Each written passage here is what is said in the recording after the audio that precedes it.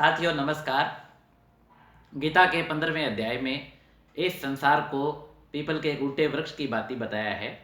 जिस प्रकार हमें पीपल का वृक्ष हम चाहे 5 साल बाद देखें, चाहे 10 साल बाद देखें, चाहे सैकड़ों सालों बाद देखें, हमें एक जैसा दिखाई देता है, परंतु वास्तव में उसके पुराने पत्ते गिरते रहते हैं, उसमें नए पत्ते आते रहते हैं। उसी प्रकार संसार सागर में पुरानी जीवात्माएं मृत्यु को प्राप्त होती रहती है, नई जीवात्माएं बच्चों के रूप में जन्म धारण करके इस पृथ्वी पर आती रहती है। परंतु जैसे पीपल के वृक्ष को पोषण उसकी जड़ से मिलता है, वैसे ही संसार को पोषण मूल ईश्वर से प्राप्त होता है।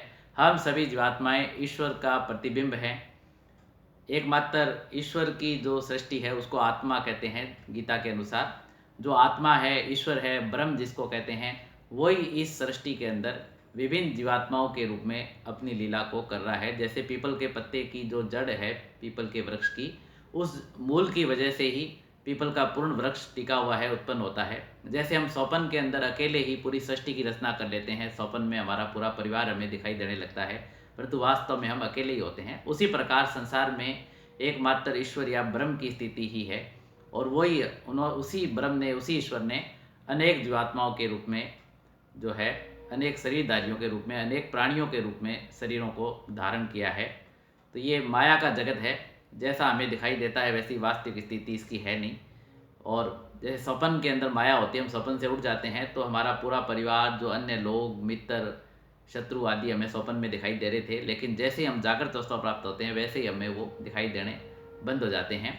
उसी प्रकार की स्थिति इस संसार की है। और इसमें पीपल के वृक्ष को उल्टा इसलिए बताया गया है कि मूल की स्थिति नीचे की तरफ होती है, परंतु यहाँ मूल ऊपर स्थित ईश्वर, जिसे ब्रह्म की स्थिति उच्च स्थिति है, ईश्वरीय अवस्था जिसे कहते हैं, आत्म तत्व की अवस्था है, जो आत्मज्ञान की अवस्था है, वो उच्च स्थिति है। इसलिए इसमें जड़ को ऊपर बताया गया है और पत्तों को नीचे बताया गया है।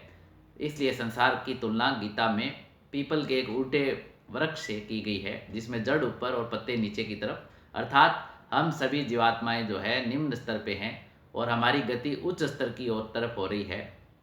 हम संसार में कुछ अनुभव प्राप्त करने के लिए आए हैं, और जब हमारा शरीर इन सतोगुण, रजोगुण, तमोगुण के जो भी भोग है उनको भोग करके जीर्ण होकर समाप्त हो जाएगा, तो जैसे स्वप्न से जागृत की स्थिति होती है, वैसे ही हम परमात्मा से ही आए हैं और परमात्मा में ही वापस विलीन हो जाएंगे, ऐसा गीता का ज्ञान हमें कहता है।